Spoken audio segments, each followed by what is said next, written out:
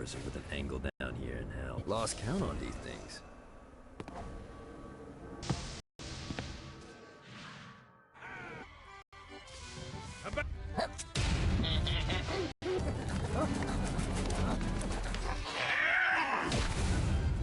Get these damn things off my ship!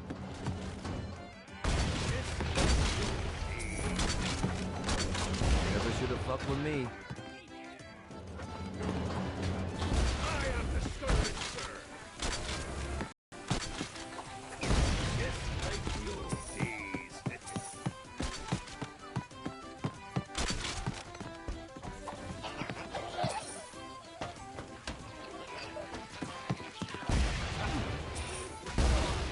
Get off, you piece of shit.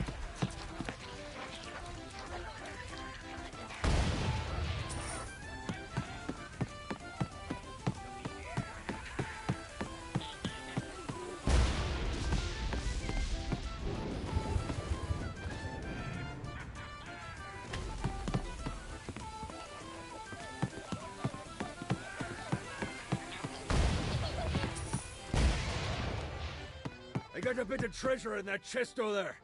The weapon you find inside may help with our little imp problem.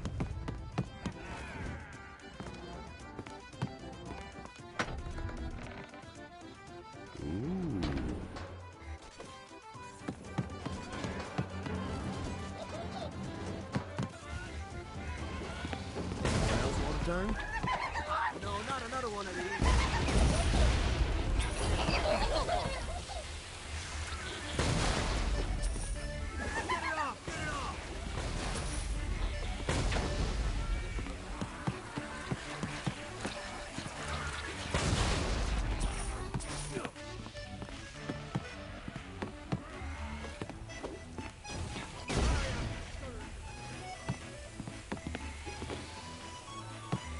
I summoned these imps to serve as my crew. I forgot what a handful they could be. Once aboard, they wouldn't listen to their captain. They ran amok in the bowels of the ship.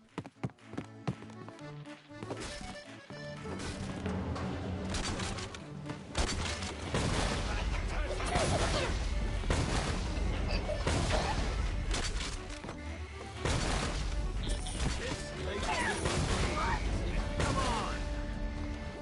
Good God, they're slaughtering me! Another one of these.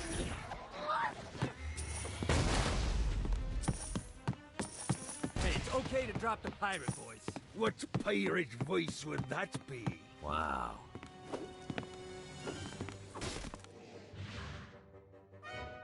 Zinyak's destruction of Earth had a profound impact on the afterlife. St. Peter's meticulous nature drove purgatory wait times to unbearable levels.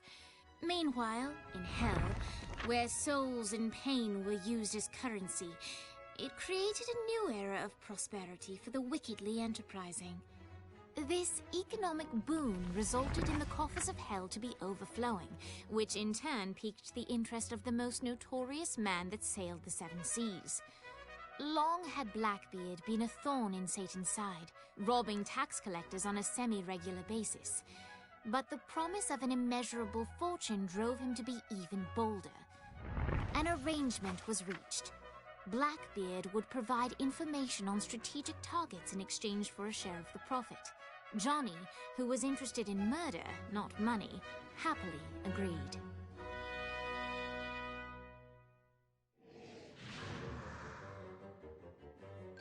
I grant ye the ability to summon my crew whenever they're needed.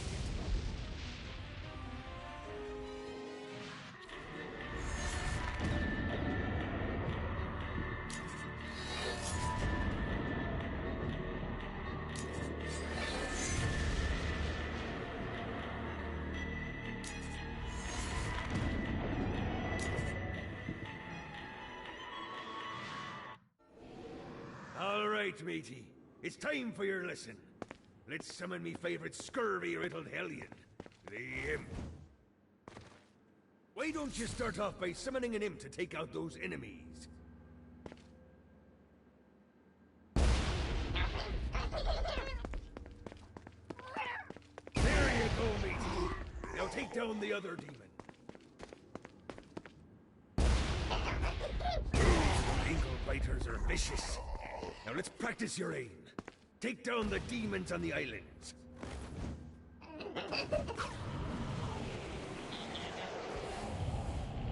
Damn it. This is bad timing.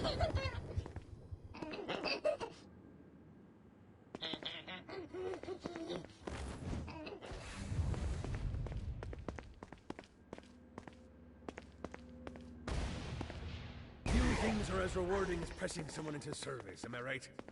Now get going. There's a whole wide world waiting to be plundered.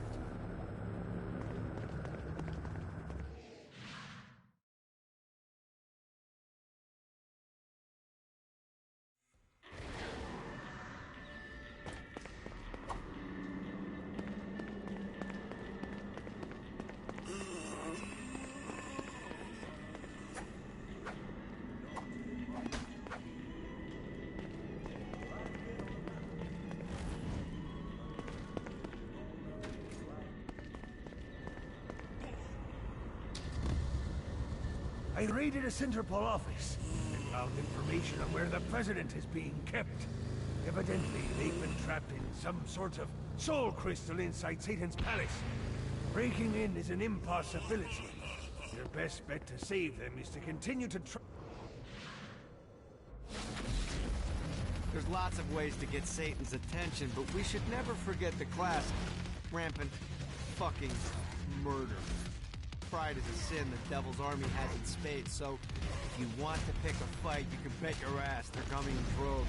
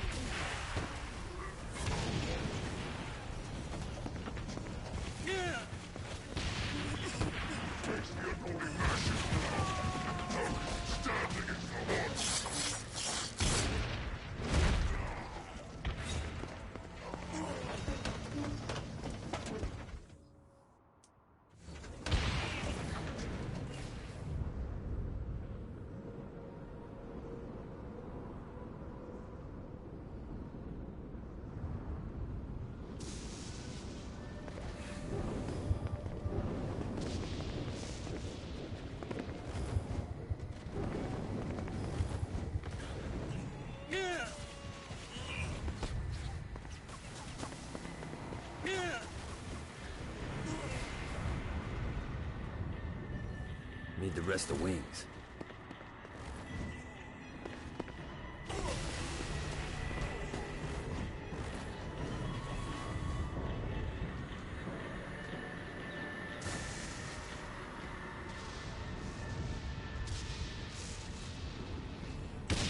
This is bad timing.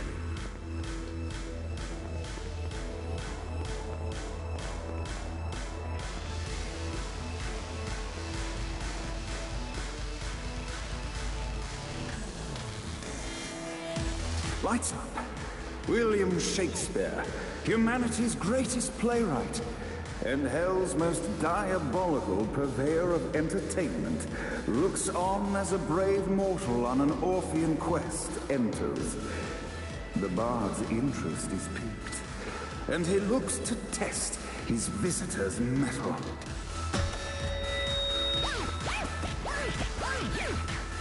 The masked tragedies were used to enemies cowering as they approached. But soon they realized that they faced a foe with courage and nobility, traits uncommon in the fires of perdition.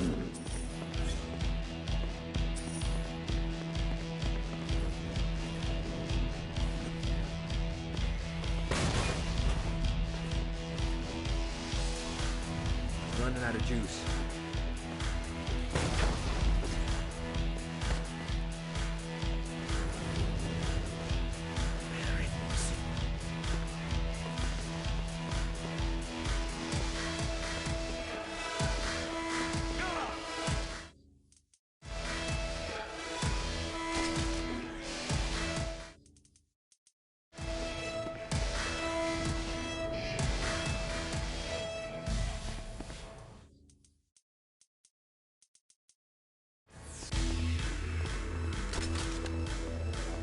The inciting incident resolved.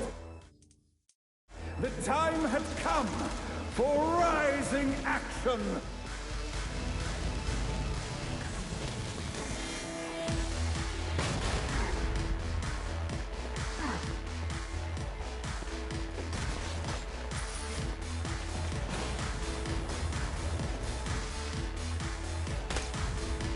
This is bad timing.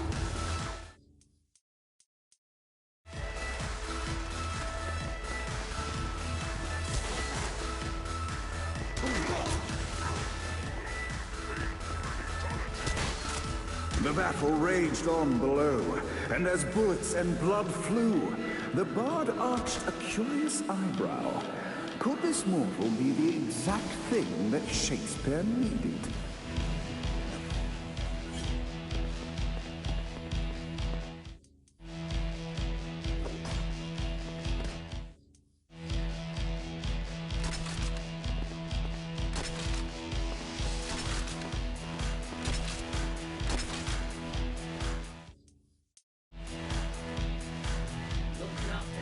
This battle is far from over, mortal. Arise!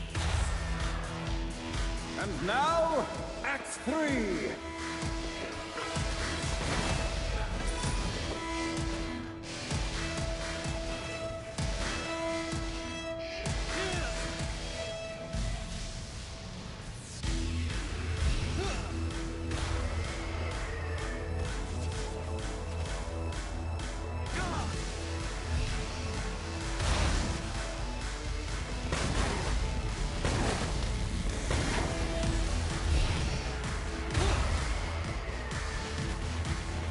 Try harder than that.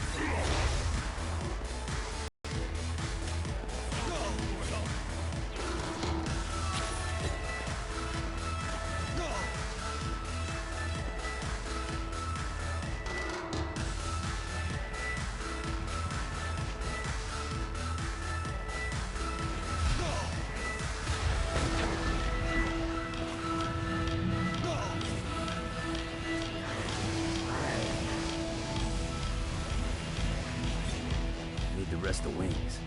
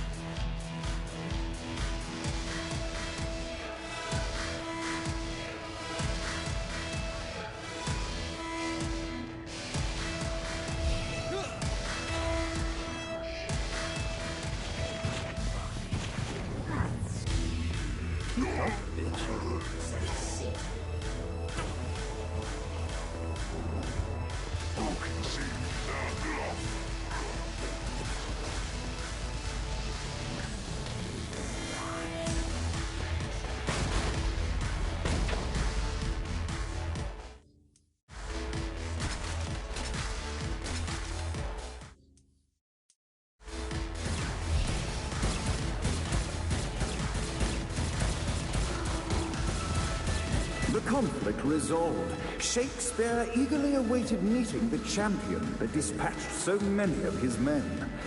Undoubtedly,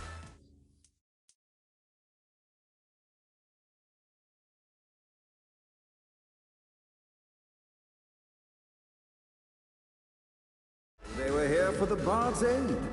And while happy endings were not a thing found in hell, Shakespeare always had a soft spot for comedies. In the land of the living, William Shakespeare is regarded as one of the most prolific playwrights of all time. However, to the denizens of hell, the Bard is seen in a far different light. After selling his soul for fame and adoration, Shakespeare served in hell as Satan's spy master general. In doing his duty, Shakespeare would punish the souls he was investigating by forcing them to perform in grotesque passion plays for Satan's amusement. But in a Twelfth Night-esque twist, Shakespeare found himself living a double life. While he projected an image of cruelty, his heart was as soft as Jezebel's. In secret, he would tutor her on the classics and act out the works of his mortal days. When Satan found out, he cast Shakespeare out of the palace, believing that the poet would be tormented by the populace of hell, far out of Jezebel's sight. But Satan had not counted on the Bard's cunning. Embracing his persona of master torturer, Shakespeare and his followers, the tragedies, took root in the entertainment district, biding their time for revenge.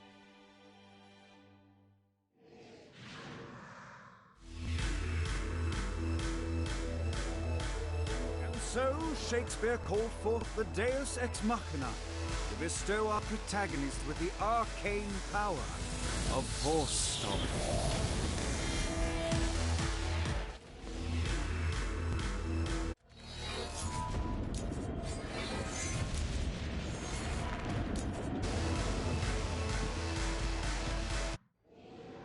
Lights up.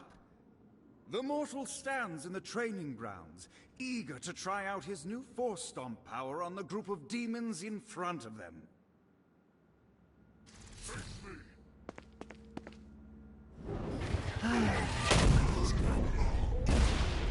A vexed hero Act 1, Scene 2, in which our protagonist kills more demons with Force Stomp. Your broken body will be my plaything. In which our protagonist is greeted by foul imps.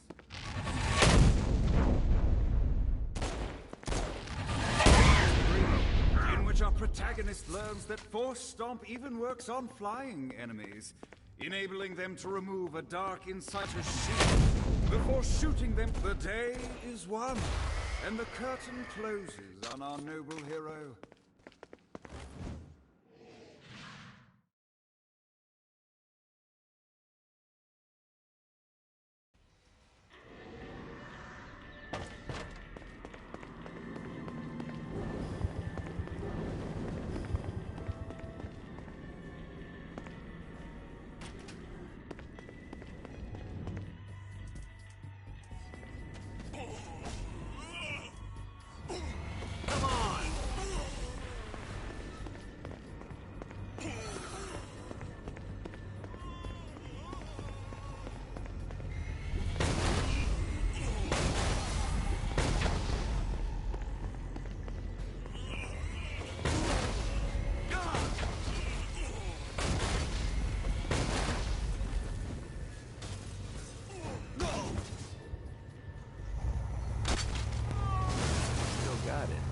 Shit, I never lost it.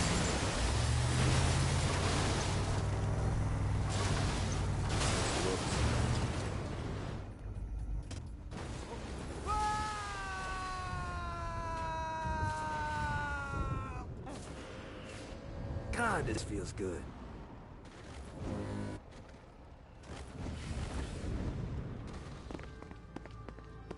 You cannot hide.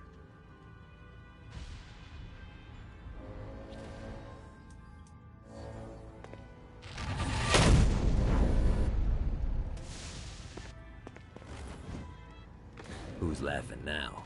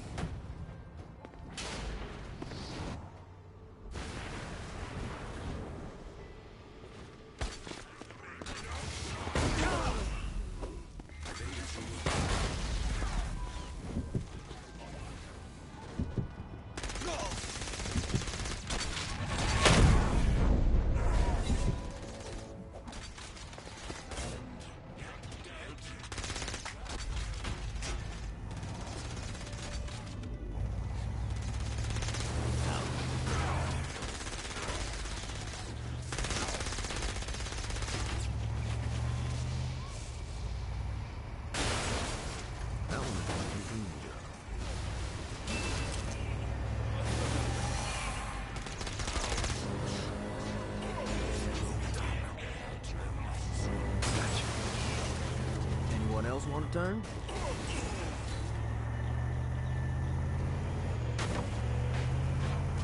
Whoops.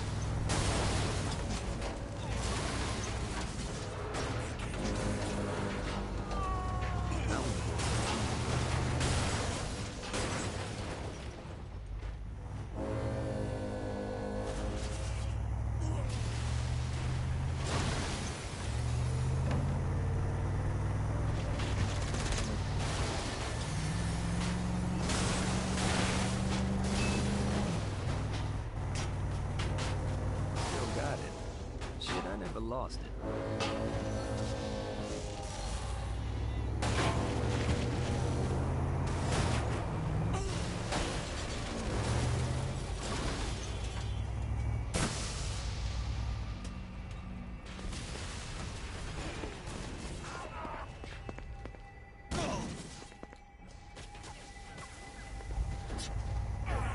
Shoulda run.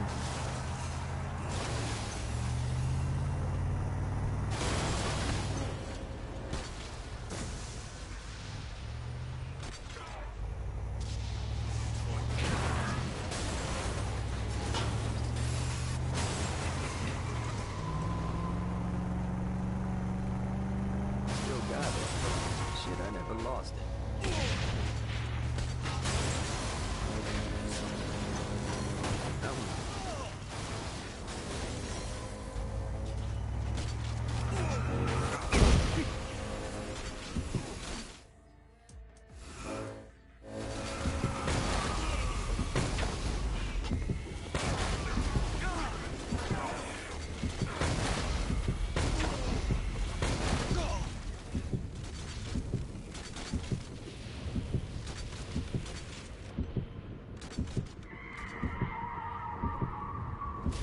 Got a touchdown.